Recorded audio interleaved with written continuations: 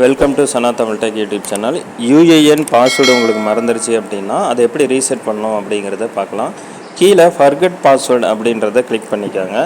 உங்கள் UAN number type பண்ணி capture entry பண்ணிக்கோங்க. பண்ணிவிட்டு சப்மிட் பண்ணுங்கள். ஆதார் கார்டில் இருக்கிற நேம் மாதிரி டைப் பண்ணிக்கோங்க. டேட் ஆஃப் பர்த் ஆதார் கார்டில் இருக்கிற மாதிரி டைப் பண்ணுங்கள். மேலாக ஃபீமேலாக கொடுத்துக்கோங்க. கொடுத்துட்டு வெரிஃபை கொடுங்க.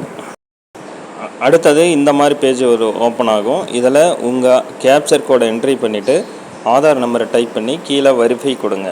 கீழே ஒரு பாக்ஸ் இருக்கும், அதை டிக் பண்ணிவிட்டு வெரிஃபை கொடுங்க. வெரிஃபை கொடுத்ததுக்கப்புறம் அடுத்த பேஜ் ஓப்பன் ஆகும்.